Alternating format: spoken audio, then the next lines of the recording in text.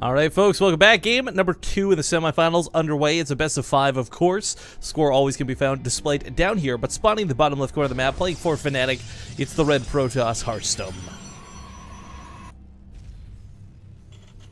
Oh, one sec, sorry, I forgot to mute you. I'm bad. Thanks. Go for it. You're never right, ask the blue Terran. It's Gumiho. I would love if that was like the one time you started to get like super enthusiastic, but I screwed it up on my end. Like the passion was just spewing. But yeah, so Harstem leading 1-0. I mean, taking a game off of Gumiho is not something that's impossible. And I kind of give him a bit of favoritism when it came to the foreigner predictions, but starting off the series 1-0, and not just in like some weird cheesy manner, like that was a fantastic macro game out of Harstem. And I want to stress, like, we've seen really cool games at Harstem where it goes so late in the game, he starts building offensive cannons for detection, for the ghosts, for the EMPs, but like none of that came out of Gumiho. And I can't help but wonder why, because he got the Ghost Academy so early. He invested in this cloak so early, and when he started dying to storms, we still didn't even see a single ghost come out. Yeah, it does beg the question, like, why get it if you're going to go for that specific style? But then there might be something to be said about, like... Well, I mean, you make a ghost, and that's 2 or 3 Marauders you no longer can make. So, I mean, it could have just been a scenario where he was panicking a little bit, thought, like, oh, I need more units, more than, like, better units. It might be. I was actually thinking more like when you start to lose out against that Marauder Harry style with Vikings, for instance, and you're like, man, Colossus really aren't cutting it anymore. The Storms aren't able to, like, quite break through the Marauders. You start adding in Immortals. You can start adding in Immortals, right? Yeah. And then by that time, like, Archon, Immortal, Zealot does pretty well, and that's when we start adding in the Ghosts, maybe? So it was more like a, like, you know, if compositions change, I'll use the Ghosts. Because even towards the end, when obviously he was going to lose and he was starting to panic a little bit, he didn't get Ghosts. He got more Vikings. So really think that choice not to get Ghosts was, like, super deliberate, but maybe it would have been a lot easier had he gotten Ghosts. Well, Harstem puts his classic pylon up here. We see him so often just tag the Twilight Council with it. Regardless of when it comes out, I mean, the thing that's nice about this matchup, I think long and gone are the days where if you see the Twilight Council, you're like, oh my god, it's Blink all in. No other option. You know, Blink has become such an integral part of the late game, the mid game even. It's nice to know that we can have these sort of macro games without relying on heavy cheese. And the fact that Harstem takes his natural so early, already feeling a lot better about the fact that, as earlier said, we're probably going to see more macro games out of these two. Well, Gumiho goes for a 2-base Widowmine drop. I was kind of expecting a 1-base Widowmine drop after that last game. You know, Gumiho got into the lobby and said, "So Gosu." Yeah, and cool.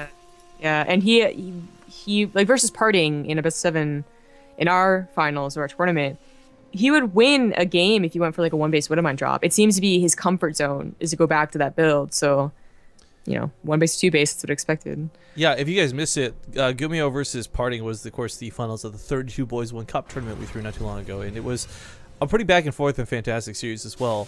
Although the thing is, though, when referencing that series, I can't help but feel Harstem plays almost the exact opposite of Parting, and I'm not talking in macro versus micro or anything, but to the point where Parting does a lot of these really cool but really weird moves, and Harstem plays more to what I think is quote-unquote standard out of Protoss. Yeah, I mean, that was a series where we had 1-base Widowmine drop versus 1-base Blink Stalker all in, I think. So, much weirder games than someone like Harstem, who has played very, like, passive, defensive, macro, let's be chill. Yeah. But still, it's all about Gumiho's comfort zone here, and actually adding in a couple of Hellions as well to be, actually, not too surprising, but it could just be only 1 Widowmine as opposed to 2. It's going to be Blink again for Harstem as well, so very set in his ways so far. Well, the Reaper comes diving across the map looking for something it can do on the front lines. Sadly, we'll be greeted with 2 Stalkers straight to the face. 2 Hellions going to run by to the natural. Going to get a couple of probe kills. Oh, based on the overcharge, actually. He's not going to go for any Widowmine. This is going to be a Hellion drop. I really love watching Terran players do this, though. So many Protoss have been just struggling with Hellions in general, but at the same time, we see some people who've got really, really good at doing things like throwing on clutch pylons in the mineral line or a gateway to block out those Hellions from getting the shots off. So we'll see how Harstem reacts to it, but it's going to be a Marine drop in the main with those Hellions trying to follow through and, of course, kill as many probes in the natural as possible. Yeah, but instead of like the 3 that we see, it's going to be 5 Hellions going to that natural. And the overcharge has already been burned, so defending on 2 fronts is not going to be easy for Harstem at all. Absolutely not. No force field to help out either. He has a little bit of that gateway, again for like the bio attack, but it's also going to be helpful against the Hellions. Here comes the Marines in the main. Harstem sees this. He responds immediately. Mothership Core without energy for an overcharge is going to watch these probes die in the natural. 5 go down immediately. 7 on top of this. And while the main's not doing a lot, if he keeps that medevac alive, this looks better. It's even the exit strategy for him. If these Hellions, they're going to dive towards the main. Or maybe just execute. Yeah, leave. I mean, you got to think about what...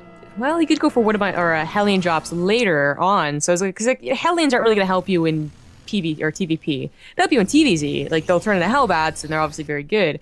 But, like, you think in a TVP, like, you go ahead and just throw them away. Like... Get some or get some probes. Be good. I mean, I kind of feel Harstem. Gumiho, I don't think you need to lose the Marines in the main. Is the point I was going to make. Probably could have evacuated them out with the medevac, and the damage still would have been done.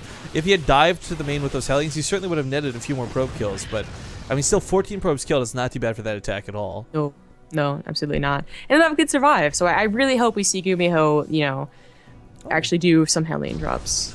Yeah. Well, whether we see those come later or not, we do have the 2 base Colossus coming to Harstem. But what's this tank for? I mean, they must be afraid of like a blink stalker counterattack. I was gonna say it's a little too late to go mech.